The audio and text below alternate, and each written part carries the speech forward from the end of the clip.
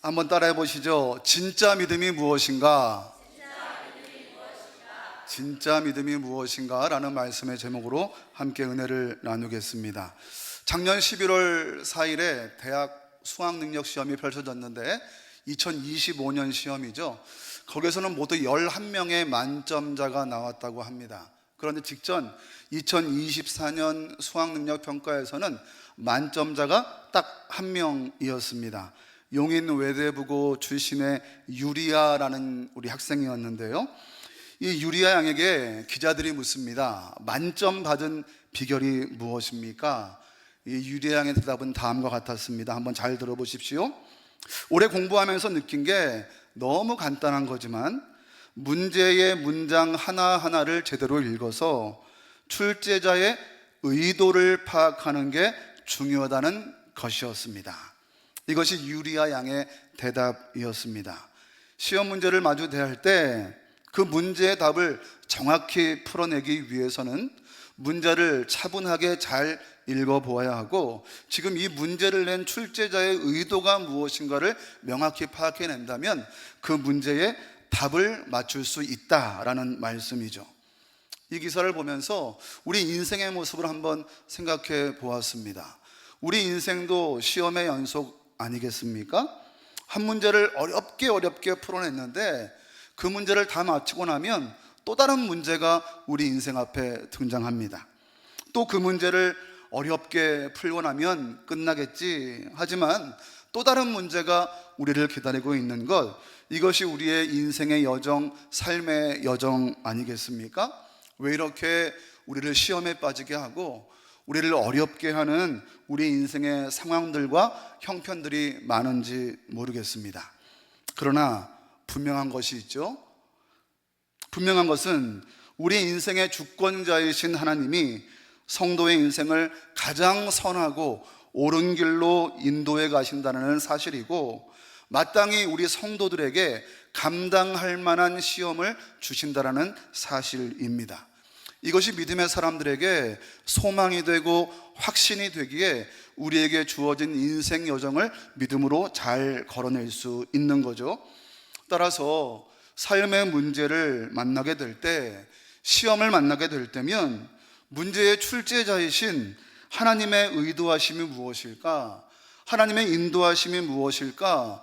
우리의 영적 분별함으로 바르게 잘 분별할 수 있는 것, 그것이 믿음의 사람들의 지혜인 것입니다. 우리 모두에게 그런 영적 지혜가 더해질 수 있기를 축복합니다. 여러분들은 최근 겪고 계시는 시험거리나 문제들이 무엇이 있으신가요? 저는 성도님들의 사랑과 배려로 2025년에 저의 사례가 무려 30만 원이나 오르게 되었습니다. 사례가 너무 올라서 곧 집을 사게 될지도 모르겠습니다만, 이 목회자는 청렴한 삶을 살아야 하니까 당분간은 참아보려고 합니다. 사실 저는 작년 9월에 제 아내가 캐나다에서 돌아오기 전까지 홀로 3년간을 있었는데요, 이 3년간 저는 아주 윤택한 삶을 살 수 있었습니다. 이 사례를 받으면 적정량을 캐나다로 송금하고 나머지 부분은 제가 다 임의로 사용할 수 있었기 때문입니다. 그런데 아내가 입국한 뒤로 안타깝게도 저는 일정 금액을 아내가 주는 용돈을 받아 쓰게 되는 매우 빈궁한 삶을 이어가고 있습니다. 그러던 와중에 이 금년에 사례가 좀 올랐으니까 제 일정 부분 제 용돈의 상승을 기대하면서 아내에게 현재 용돈에서 10만 원만 좀 더 올려달라라고 요구를 하게 되었는데 매몰차게 거절을 당하게 됩니다. 잠시 동안 우울함에 빠져서 절치부심하고 있다가 그래 5만 원이라도 요구해보자 하고 5만 원을 요구했더니 그것마저도 재차 거절당하게 되었습니다. 그래서 제 생각에 그럼 아쉬운 대로 한 3만 원 정도만 올려달라고 말해볼까 하다가 남자 가오가 빠지지 않습니까? 그래서 차마 말을 하지 못하고 그냥 제 용돈은 작년과 동결된 그런 안타까운 처지에 놓여져 있습니다. 여러분, 이것이 저의 최근 시험거리입니다. 여러분, 어떠한 모양과 어떠한 아픔들을 갖고 살아가고 계신가요? 오늘 본문의 말씀은 진짜 믿음이 무엇인가에 대해서 예수님께서 우리 가운데 교훈해 주시는 내용입니다. 여러분은 진짜 믿음이 무엇이라고 생각하시나요? 오늘 누가복음 15장 말씀부터 쭉 이어지는 말씀이 17장까지 이어지게 되는데, 이 말씀의 청자, 다시 말하면 듣는 사람들은 세리와 죄인들이었고 바리새인과 서기관들이었습니다. 이들이 함께 모여서 가까이서 예수님 말씀을 듣고 있었던 거예요. 물론 그 중에는 예수님을 따르고 있던 제자들도 포함되어 있었습니다. 그리고 17장이 시작되는데, 이 17장 말씀이 시작되면서 예수님께서 17장 말씀에 말씀하시는 청자를 분명히 제자들에게 이르고 있다라고 말씀하고 계신단 말이죠. 그렇다면 예수님께서 예수님을 따르고 있던 제자들에게 무슨 말씀을 하고 싶으셨을까? 여러 사람이 모인 가운데 특별히 제자들에게 무엇을 요구하셨을까? 두 가지 내용입니다. 먼저 예수님께서 하신 요구는 작은 자들을 실족하게 하지 말라라는 말씀이었습니다. 여러분, 작은 자는 무엇을 말합니까? 교회 공동체 내에 약한 자들을 의미합니다. 믿음이 약한 자일 수도 있고 사회적 약자일 수도 있고, 조금 더 확장해 보면 어린 아이와 같은 그런 작은 자들을 일컫습니다. 우리 1절 말씀 함께 읽어볼까요? 시작. 예수께서 제자들에게 이르시되 실족하게 하는 것이 없을 수는 없으나 그렇게 하게 하는 자에게는 화로다. 여러분, 실족한다는 말은 무슨 말입니까? 시험에 들게 한다는 말이에요. 그 사람이 죄에 빠지도록 유혹하거나 죄에 넘어지도록 만드는 것을 의미하죠. 죄가 무엇입니까? 예수님을 부인하게 만들어 버리는 것, 믿음의 공동체를 떠나게 만들어 버리는 것, 그것이 의도했든 의도하지 않았든 간에 나의 말과 행동으로 인하여서 다른 사람이 믿음으로부터 멀어지게 만드는 것, 그것을 실족한다라고 예수님께서 표현하고 계시고, 그렇게 혹시나 말과 행동으로 다른 사람들을, 약한 사람들을 실족하게 만드는 자가 있다면 화가 있을 것이다 라고 말씀하시는 거예요. 징벌이 있다라는 말이죠. 문제는 예수님의 말씀을 가만히 보면 그렇게 다른 사람을 실족하게 할 수 있는 일이 교회 안에 비일비재할 수 있다라고 말씀하십니다. 다시 한번 1절 말씀을 보면 예수께서 제자들에게 이르시되 실족하게 하는 것이 없을 수는 없다라고 말씀하시잖아요. 왜 그렇습니까? 우리 모두가 부족하기 때문이에요. 죄성이 우리 가운데 내재되어 있기 때문입니다. 그러니까 의도하지 않았음에도 불구하고 나의 말로 인해서, 나의 행동으로 인해서 시험에 빠지는 자들이 반드시 있을 수밖에 없다라고 예수님께서 전제하고 계시는 거죠. 그런데 그럴 수밖에 없다라고 말씀하시면서 또 한편에 예수님께서 뭐라고 말씀하시냐면 그런 자에게는 화가 있을 것이다 라고 말씀하시는 거예요. 아니, 의도했든 의도하지 않았든 간에 다른 사람을 실족하게 할 수 있는 일이 분명히 발생할 수 있을 터인데, 그렇게 다른 사람을 실족하게 만든 자가 있다면 그 사람에게 화가 있을 것이다 라고 말씀하시니까, 여러분, 이 말씀이 얼마나 어려운 말씀이겠습니까? 2절 말씀 우리 함께 읽어볼까요? 시작. 그가 이 작은 자 중에 하나를 실족하게 할진대 차라리 연자 맷돌이 그 목에 매어 바다에 던져지는 것이 나으니라. 예수님은 작은 자들, 믿음이 약해지거나 공동체 내 약자들을 실족하게 한다면 차라리, 엄청난 말씀이죠, 연자 맷돌을 그 목에 매어서 바다에 던져지는 것이 오히려 낫다라고 말씀하시는 거예요. 다시 한번 말씀을 정리해 보시겠습니까? 예수님은 작은 자 중에 하나를 실족하게 하는 일이 공동체 가운데 없을 수는 없지만, 혹시나 다른 사람을 실족하게 하는 자가 있다면 목에 연자맷돌을 메어서 바닷 가운데 빠지는 것이 낫다라고 말씀하시니까 1절과 2절 말씀을 종합해 보면 뭔가 지금 앞뒤가 맞지 않는 말 같고 도저히 빠져나갈 구멍이 없는 말씀을 지금 제자들에게 하고 계시는 것 아니겠습니까? 아마도 예수님 앞에서 예수님의 이 말씀을 들은 제자들의 입장에서는 도대체 우리 보고 어쩌란 말인가, 그렇게 되는 일이 비일비재하다라고 예수님이 인정하시면서 그런 일이 생긴다면 너희는 반드시 연자맷돌을 메고 바닷 가운데 빠져야 하는 화를 당해야 마땅하다라고 말씀하고 계시니 제자들 가운데는 의문이 들 법한 상황 아니었겠습니까? 이어서 예수님은 두 번째 도전을 제자들에게 주십니다. 어떤 말씀입니까? 형제 용서에 대한 말씀이에요. 우리 3절 말씀 같이 읽어보죠. 시작. 너희는 스스로 조심하라. 만일 내 형제가 죄를 범하거든 경고하고 회개하거든 용서하라. 여러분, 조심하라 라는 말은 마음에 잘 새겨라, 유의해라 라는 그런 말씀입니다. 무엇을 새기고 무엇을 유의해야 합니까? 형제의 죄에 대한 우리의 태도를 너희 마음 가운데 잘 새기고 유의할 수 있어야 한다라는 그러한 말씀이죠. 먼저 성경은 형제가 죄를 범했을 경우에는 경고해라 라고 말씀합니다. 죄의 문제에 대해서 공동체는 민감할 수 있어야 한다는 말씀이죠. 죄에 대하여 책망하고 훈계하는 말씀으로 공동체 내의 구성원들이 죄에 노출되고 죄에 둔감한 삶을 살고 있을 때 그들의 죄를 눈 감고 좋은 것이 좋은 것이라고 넘어갈 것이 아니라 분명하게 짚고 넘어가야 한다라는 말씀입니다. 그런데 그렇게 경고했을 때 형제가 그 죄를 깨닫고 죄에 대한 훈계에 회개함으로 반응한다면 그때에는 그들을 용서해야 한다라고 말씀하고 계시는 거죠. 여기까지는 노멀한 말씀이에요. 당연한 말씀이죠. 그런데 4절 말씀을 함께 보시겠습니까? 같이 읽죠. 시작. 만일 하루에 7번이라도 내게 죄를 짓고 7번 내게 돌아와 내게 회개하노라 하거든 너는 용서하라 하시더라.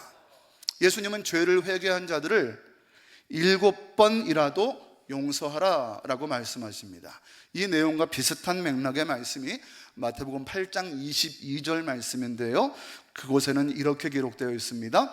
7번 뿐만 아니라 7번을 70번까지라도 용서해라 라고 말씀하신단 말이죠.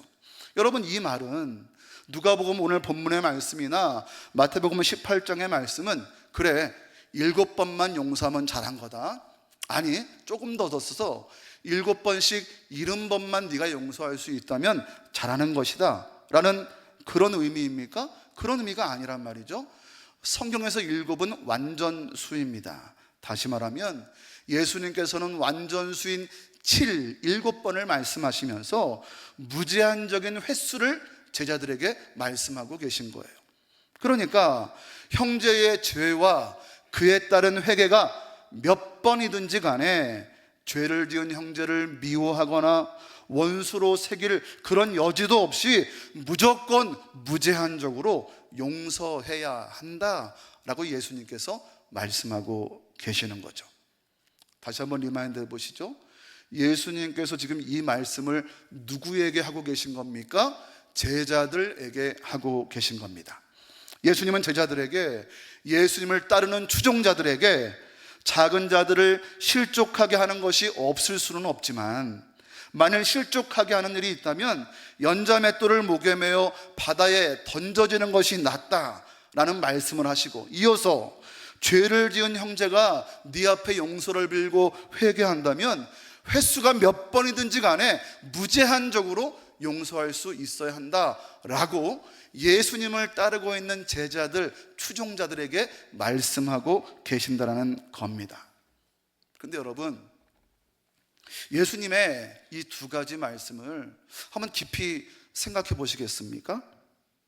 여러분이 만일 예수님 앞에서 예수님의 이 말씀을 듣게 된다면 어떤 마음이 드셨을 것 같습니까? 예수님의 이 두 가지 말씀에 아멘, 예수님 믿습니다, 아멘, 예수님 제가 그렇게 행하겠습니다 라고 자신 있게 말할 법한 그런 예수님의 말씀인가요? 내가 그런 삶을 살겠노라고 진지하게 반응하며 예수님께 아멘으로 화답하실 수 있을 것 같은가요?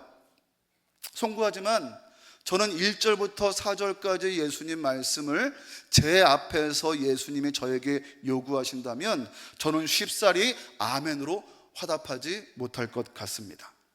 여러분 생각해 보십시오. 실제로 제가 의도하지 않았음에도 나의 말 혹은 나의 행동에 상처를 받거나 시험을 든 사람들을 제가 어떻게 다 감당하고 책임질 수 있단 말입니까? 연자맷돌이 아니라 작은 조약돌이라도 그런 이유라면 제 목에 매일 만한 그런 제 마음의 여유가 없을 것 같습니다.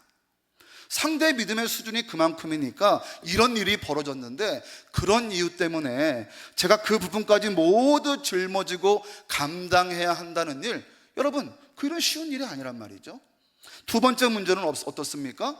용서도 한두 번이지 반복되는 잘못을 계속하고 있는데 어찌 무제한적으로 그를 용서할 수 있단 말입니까?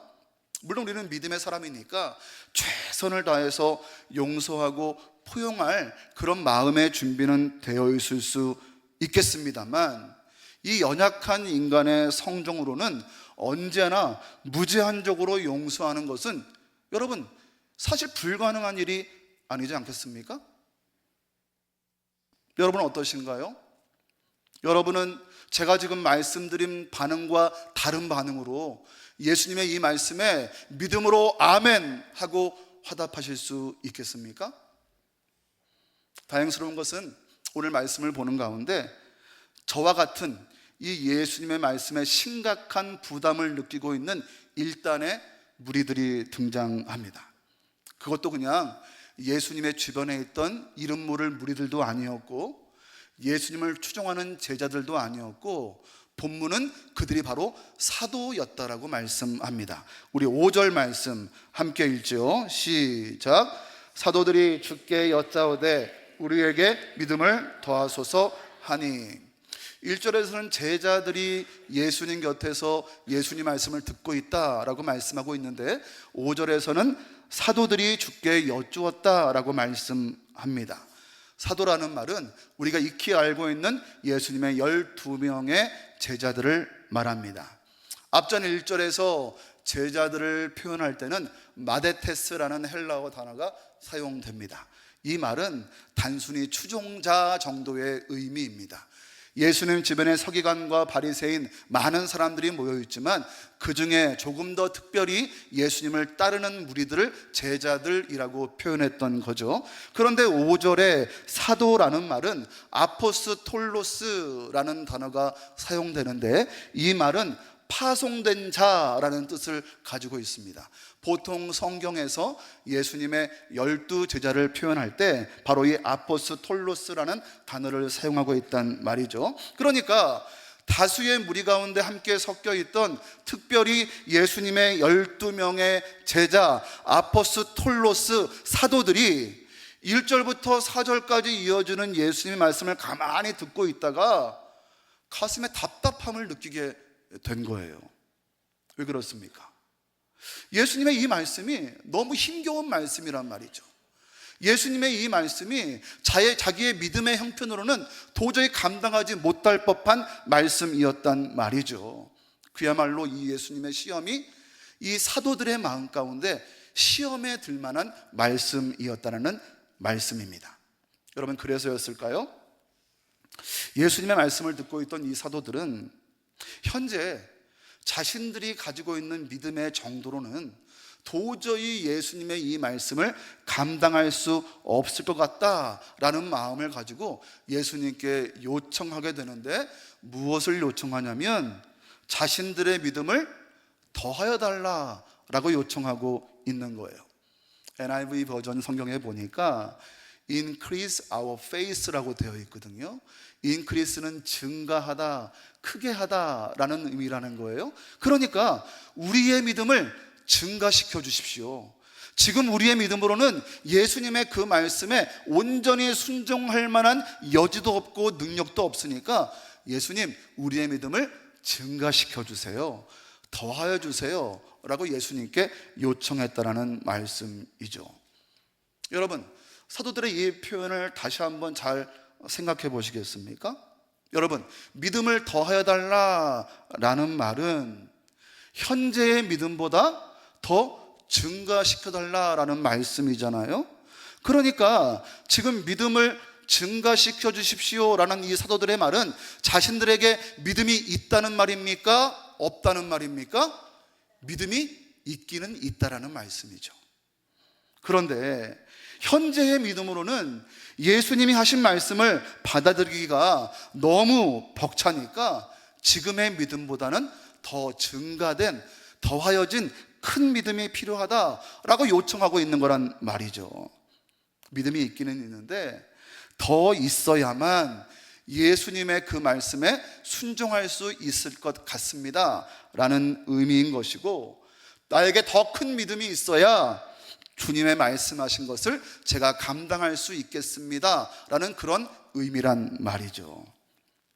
여러분, 그렇다면 진짜 사도들에게 믿음이 있기는 있었던 걸까? 지금의 믿음보다 조금 더 큰 믿음이 그들에게 있을 수 있다면 그들이 진짜 예수님 말씀을 바르게 잘 감당할 수 있었을까? 어떻게 생각하십니까? 믿음을 더하여 주십시오, 그렇게 요청하는 사도들의 요청에 예수님은 이렇게 답해 주십니다. 6절 말씀 같이 읽습니다. 시작. 주께서 이르시되 너희에게 겨자씨 하나일 만한 믿음이 있었더라면 이 뽕나무더러 뿌리가 뽑혀 바다에 심기어라 하였을 것이요 그것이 너희에게 순종하였으리라. 예수님께서는 사도들에게, 얘들아, 너희들에게 겨자씨 하나일 만한 믿음이 있었더라면 이 뽕나무더러 뿌리가 뽑혀서 바다에 심겨지라 라고 명했을 때 그 뽕나무가 너희 말에 순종하여서 바다에 심겨지는 역사가 있었을 것이다 라는 가정을 말씀해 주고 계시는 거죠. 여러분, 그런데 이 말씀도 우리가 다시 한번 잘 생각해 볼 필요가 있습니다. 너희들에게 겨자씨 하나일 만한 믿음만 있다면 이 뽕나무도로 던져져서 바다에 심겨지라 할 때 그것이 순종할 것이다, 그런 엄청난 일이 일어날 것이다 라고 말씀하신 예수님의 이 말씀은 제자들에게 겨자씨 하나일 만한 믿음이 지금 있다는 말씀입니까? 없다는 말씀입니까? 없다는 말씀이에요. 겨자씨 하나일 만한 믿음도 너희 가운데 없다라고 말씀하고 계시는 거예요. 제자들은 믿음이 있기는 있는데 이 믿음을 증가시켜 주십시오 라고 말했지만 예수님께서 사도들을 볼 때는 겨자씨 하나일 만한 믿음도 없으니 뽕나무 뿌리가 뽑혀져 옮겨지는 그런 역사를 너희 가운데 기대할 수도 없구나 라고 말씀하고 계시는 거란 말이죠. 물론 뽕나무 뿌리가 뽑혀서 바다에 던져지는 일은 상징적인 표현입니다. 인간적으로는 불가능한 어떤 사실, 어떤 것을 예수님께서 예로 뽑아서 너희들이 겨자씨 하나일 만한 믿음도 없구나 라고 말씀하고 계시는 거예요. 그렇다면 예수님은 작은 자를 실족하지 않게 하고 형제를 무제한적으로 용서할 수 있는 그런 믿음을 저희에게 더하여 주십시오 라고 말하는 사도들에게 왜 뽕나무 뿌리가 뽑혀 바다에 심겨지는 그런 불가능한 예를 들어서 그들의 믿음이 겨자씨 하나만도 못하다라는 말씀을 하고 계실까요? 예수님은 뽕나무의 뿌리가 뽑혀져 바다에 심겨져라 라는 그런 말에 뽕나무가 순종하는 것 같은 그런 엄청난 역사와 기적 같은 일, 그런 일들을 바라시며 사도들에게 믿음의 분량을 요구하지 않으신다라는 말씀입니다. 예수님은 진짜 예수님이 바라시는 믿음은 무언가 엄청난 사건을 통하여서 제자들에게 너희 믿음을 증거해 보여라 라고 요청하시는 것이 아니라는 말씀이에요. 그렇다면 예수님이 지금 예를 들고 있는 겨자씨 하나일 만한 믿음, 다시 말하면 예수님이 사도들에게 가르쳐주고 싶어 하시는 진짜 믿음의 모습은 무엇일까요? 이어지는 7절 이후의 말씀을 우리가 함께 살펴볼 필요가 있습니다. 7절 말씀 같이 읽죠. 시작. 너희 중 누구에게 밭을 갈거나 양을 치거나 하는 종이 있어 밭에서 돌아오면 그도로 곧 와 앉아서 먹으라 말할 자가 있느냐. 이 7절 말씀부터는 오늘날의 시선이 아니라 예수님 당시의 문화, 당시의 주종 관계를 염두에 두고 함께 생각해 보아야 합니다. 자, 주인이 식사를 하고 있는 거예요. 그런데 이 종이 밭에서 열심히 일을 하고 양도 치다가 집으로 돌아오게 됩니다. 그때 주인이 이 수고하고 돌아온 종에게, 야, 너무 수고했다, 빨리 와라, 나랑 같이 밥을 먹자라고 하는 일이 있다라는 거예요? 없다라는 거예요? 그럴 수 없다라는 거예요. 당시 문화로는 상상할 수 없는 일이라는 겁니다. 8절 말씀 함께 읽죠. 시작. 도리어 그더러 내 먹을 것을 준비하고 띠를 띠고 내가 먹고 마시는 동안에 수종 들고 너는 그 후에 먹고 마시라 하지 않겠느냐. 주인은 일을 마치고 돌아온 종에게, 야, 나와 함께 이 상에서 수고했으니까 같이 밥을 먹자라고 말하기는커녕 주인의 밥상, 내 식사를 먼저 준비해라, 거기에다가 내가 식사하는 동안 옆에서 나의 수종을 들어라, 그리고 내가 다 식사한 이후에 그때에 네가 밥을 먹어라 라고 말할진데, 이것은 너무도 당연한 일이 아니겠느냐라고 사도들에게 반문하고 계시는 거예요. 믿음을 더하여 달라고, 큰 믿음을 더해 달라고 지금 믿음의 분량으로는 주님의 그 말씀을 감당하지 못하겠다라고 말하는 이 사도들에게 주님께서 반문하시는 내용입니다. 9절 말씀 함께 읽죠. 시작. 명한 대로 하였다고 종에게 감사하겠느냐. 일을 마치고 돌아온 종이 주인이 말한 대로 그대로 순종하는 거예요. 먼저 상을 준비하고 주인의 식사를 하는 동안 옆에서 수종을 들고 다 끝난 다음에 저 구석에서 자신의 식사를 하게 되는 거예요. 그런 일련의 과정들이 다 일어났을 때 주인이 그것을 보고 감사할 필요가 있겠느냐라고 사도들에게 반문하고 계시는 겁니다. 그럴 필요가 없다라는 말씀이죠. 9절 말씀, 명한 대로 하였다고 종에게 감사하겠느냐. 여러분, 지금 예수님께서 무슨 말씀을 하고 계시는 겁니까? 종이 당연히 해야 할 일을 한 것뿐인데 그 종에게 무슨 칭찬과 상이 필요하겠느냐라고 말씀하고 계시는 것 아닙니까? 10절 말씀 우리 함께 읽어보도록 하죠. 시작. 이와 같이 너희도 명령받은 것을 다 행한 후에 이르기를 우리는 무익한 종이라 우리가 하여야 할 일을 한 것뿐이라 할지니라. 종은 주인이 명령한 것을 다 지켜 행할 뿐이었습니다. 주인이 명령한 것을 그저 묵묵히 다 행할 뿐이었다라는 겁니다. 그리고 그 일은 종에게 마땅한 일이었습니다. 당연히 해야 할 일을 한 것뿐이라는 말씀이에요. 이 종이 스스로 저는 무익한 종입니다 라고 말하지 않습니까? 자신은 그냥 주인이 시키는 일을 하라는 대로 감당했을 뿐입니다 라고 주인에게 말하는 거란 말이죠. 사랑하는 여러분, 주인은 종에게 무언가 대단한 일을 해내라고 말하지 않습니다. 주인은 종에게 무언가 특별한 일을 나에게 보여달라고 말하지 않습니다. 주인은 그저 내가 너에게 명령한 것만 잘 감당하기를 원한다 라고 말씀하고 있는 거죠. 여러분, 반대로 종이 특별하고 특출하기 때문에 주인의 말에 잘 순종할 수 있습니까? 아닙니다. 종은 그냥 종의 신분으로 주인의 명령에 순종하고 행하는 것 외에는 특별할 일이 없습니다. 종의 능력이 뛰어나서 주인의 말에 잘 순종할 수 있습니까? 아닙니다. 주님의 말을 가감 없이 액면 그대로 받아서 그저 행하기만 하면 그것이 종으로서 마땅한 일입니다. 종은 주인의 명령하심에 그대로 복종하여 행하는 것, 그것이 마땅할 뿐이라는 말씀입니다. 때로는 그의 수종이 주인의 마음에 들지 않을 수도 있습니다. 때로는 그의 행동이 느릴 수도 있습니다. 그러나 결국에 이 종의 목적은 무엇입니까? 주인이 시키는 것을 최선을 다해 감당하는 것, 그것이 종의 역할이라는 말씀이죠. 다시 오늘 본문에 처음으로 들어가 볼까요? 제자들의 믿음을 더해달라는 요청에 대답하신 예수님의 말씀에 의하면 작은 자 중 하나도 실족해 하지 말라는 이 예수님의 말씀이나 무제한적으로 계속해서 용서해라 라는 예수님의 말씀은, 여러분, 우리의 믿음이 특별해야, 우리의 믿음이 더해져야만 가능한 것이 아니라는 말씀입니다. 큰 믿음이 있어야만 주님의 그 말씀을 우리가 행할 수 있는 것이 아니라는 말씀이에요.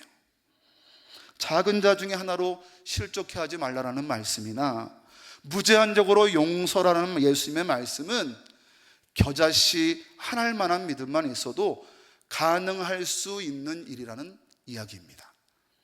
주인에게 명령받은 것을 종이 그대로 다 행하는 일이, 주인이 말씀한 것을 종이 그대로 따르는 일이 특별한 것이 아니라 지극히 당연한 것처럼 예수님 말씀을 듣고 예수님 말씀을 보고 그대로 실행하는 것은 사도들이 우리의 믿음을 더하여 주십시오 라고 말했듯이 어떤 대단한 조건과 자격을 갖추고 있을 때만 가능한 것이 아니라 바로 지금 주님 말씀 앞에 있는 그대로 순종하는 일이 시작될 때 가능한 일이다라는 말씀입니다. 그렇게 생각해 본다면 오늘 본문에 예수님이 말씀하고 싶어 하시는 진짜 믿음의 모습은 어떤 믿음의 모습인가요? 여러분, 겨자씨 하나일 만한 믿음입니다. 여러분께 질문해 보겠습니다. 여러분은 여러분 안에 겨자씨 하나일 만한 믿음이 있다라고 생각하십니까? 잘 모르시겠습니까? 사진을 한번 보시죠. 겨자씨입니다. 겨자씨. 다시 묻습니다. 여러분은 여러분의 마음 가운데 겨자씨 하나일 만큼의 믿음이 있다라고 생각하십니까? 여러분, 있어야 맞습니다. 여러분, 있으니까 지금 이 바쁜 시간에 함께 이 자리에 모여서 하나님을 예배하는 것 아니겠습니까? 겨자씨만한 믿음이 있으니까 하나님을 경외하는 마음으로 우리가 함께 이 자리에 모여 있는 것 아니겠습니까? 사랑하는 여러분, 그런데 이런 겨자씨만한 이 하나님만한 믿음만 있다면 우리의 신앙의 여정은 말씀 앞에 순종함과 행함의 연속이어야 마땅하다라는 말을 지금 예수님께서 사도들에게 하고 싶으신 거예요. 여러분, 믿음이 없어서라고 말씀하지 마십시오. 여러분, 믿음이 부족해서라고 말씀하지 마십시오. 내가 순종하기를 결정하고 행하기를 결정할 때 그렇게 하지 않고 결정하고 선택하지 않기 때문에 우리가 말씀 앞에 역사를 보지 못하는 것이지, 우리의 믿음이 없어서 그 역사를 보지 못하는 것이 아니다라는 말씀이에요. 주님은 우리에게 엄청나고 대단한 믿음을 요구하시는 것이 아닙니다. 우리가 아무리 대단하고 엄청난 믿음을 주 앞에 보인다고 한들 여러분, 그것이 주 앞에 충분한 믿음이 될 수 있다고 생각하십니까? 로마서 4장 3절 말씀은 이렇게 말씀합니다. 아브라함이 하나님을 믿음에 그것이 그의 의로 여겨진 바 되었다. 여러분, 기억하십시오. 하나님이 그렇게 인정해 주시는 겁니다. 하나님이 그렇게 여겨주시는 겁니다. 하나님이 여겨주시니 우리 믿음이 귀한 것이지, 우리 믿음이 특출나고 대단하고 훌륭하니까 우리 믿음이 귀한 것은 아니다라는 말씀입니다. 여러분, 그저 우리에게 주어진 일상 하루하루를 말씀 앞에 복종하고 순종하는 일, 몸부림치며 이 말씀에 따라 살아가는 일을 우리가 매일매일 차곡차곡 쌓아가면서 주님 오시는 그날에 우리가 겨자씨 하나만의 믿음을 가지고 있었지만, 주님, 제가 실패할 수 있었지만, 넘어질 때 있었지만, 그래도 주님 말씀이니 순종해 보려고 제가 하루하루를 그렇게 살아왔습니다 라고 주님 앞에 고백한다면, 여러분, 주님께서 우리의 그 믿음을 귀하다라고 말씀해 주시지 않겠습니까? 말씀을 마칩니다. 사랑하는 여러분, 진짜 믿음은 순종하는 믿음입니다. 준비될 때 순종하는 것이 아니라, 때가 되면 순종하는 것이 아니라, 주님이 명령하셨다면, 주님이 말씀하셨다면 내가 감당하기 어려운 것처럼 인간적인 생각이 앞선다 할지라도 먼저 조건 없이 순종하기를 결정하고 행하는 것이 주님이 원하시는 진짜 믿음이라는 말씀입니다. 작은 자들이 실족하지 않도록 우리 서로 노력을 해야죠. 하지만 그런 일이 없을 수 없다라고 주님이 먼저 감사하게도 전제해 주셨지 않습니까?